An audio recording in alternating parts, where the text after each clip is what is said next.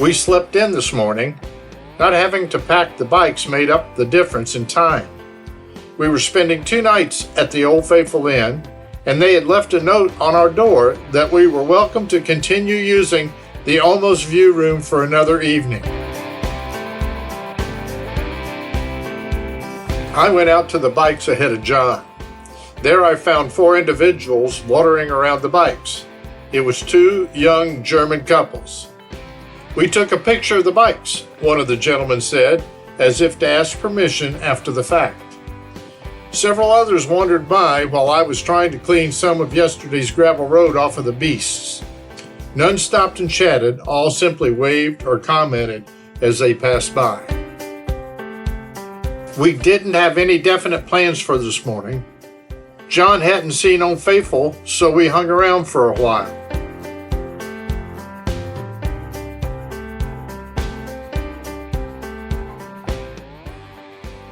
It seems Old Faithful is now really old and isn't as faithful as it used to be.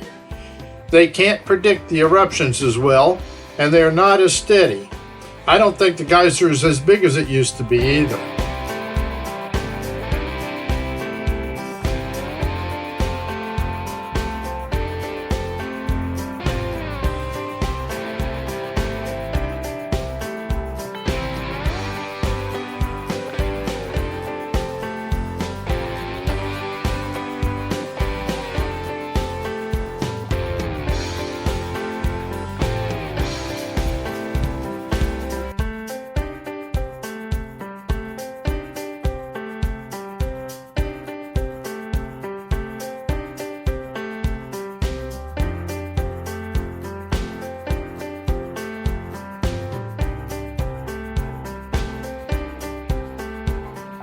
After watching Old Faithful, we rode back out to the snow we'd ridden through the night before and stopped at the Continental Divide.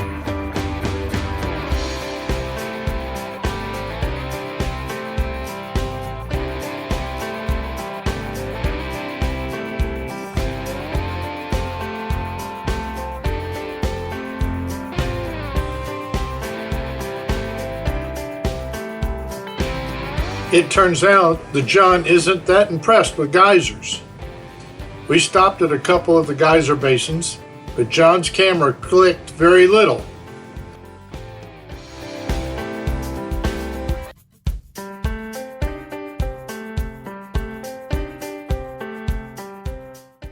We did get a picture of a skeleton lying beside a geyser.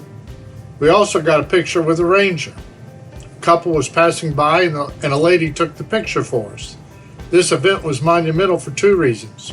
First, John and I had pictures taken with a lot of other folks this week, but this is the first one that we asked someone to take a picture with us.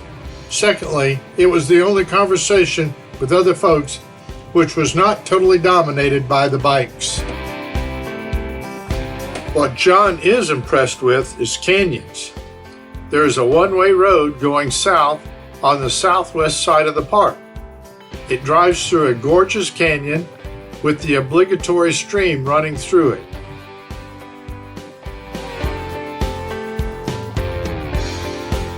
At the waterfalls is a parking area, and we stopped for a while. We had the bikes posed just right with the waterfalls behind them. A middle-aged white lady approached us. "It must be great traveling on those machines. What is it really like?" We bring out the Walter Mitty in everybody.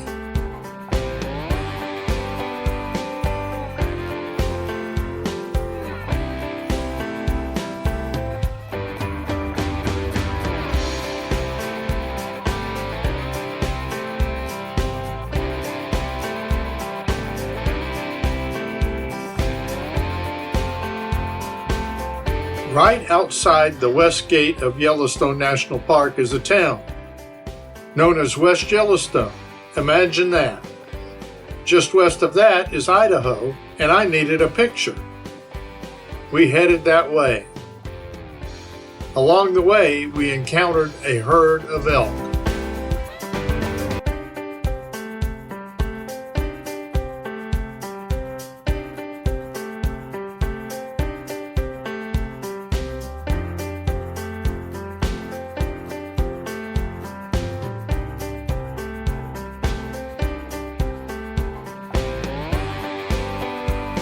We also encountered buffalo.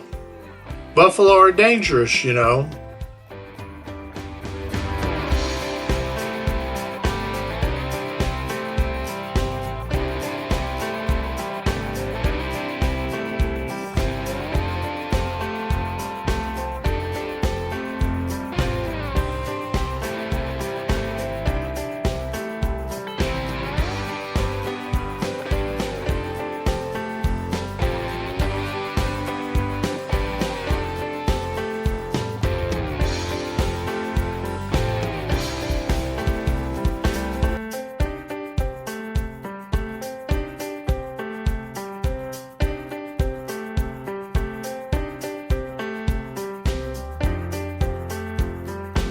In West Yellowstone, we had lunch at a Burger King.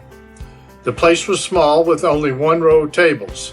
Some of the tables were for 4, others were for 2. The only open table was for 2. Next to that table was a table for 4 with only 2 elderly people sitting at it. Their backs were turned to us as they were in an intense conversation with 2 additional elderly folks at the table on the end. In walked 4 more bikers. It was difficult to tell they were bikers because they had left their bikes outside. We thought they might be together because they were all wearing black berets. The first one to receive his whopper was standing and looking around for a place to sit while the foursome next to us continued their conversation, oblivious to anyone or anybody around them. Sounds like Florida, doesn't it? John said, "Watch this." He tapped the old man on the shoulder. "Is this seat taken?" he said, pointing to the empty bench seat between him and John. The answer had to be no. John waved the first guy over and his tray had barely hit the table when the oblivious foursome decided to take their conversation elsewhere. The 4 bikers were on a 3-week sabbatical. They had ridden from New Jersey to California and were on their way back. "What route did you take?" they wanted to know. We told them about the gravel road and Highway 14, and dissension broke out among the troops. Some wanted to try it, others didn't. I don't know what they did.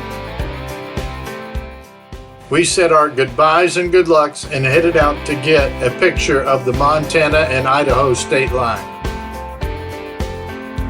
We split up for a while on the way back to the inn. John stopped for a picture and almost got accosted by a buffalo lurking behind a tree. I've tried to warn him about those things. I rode back up to the snow and Miss Mary for a while.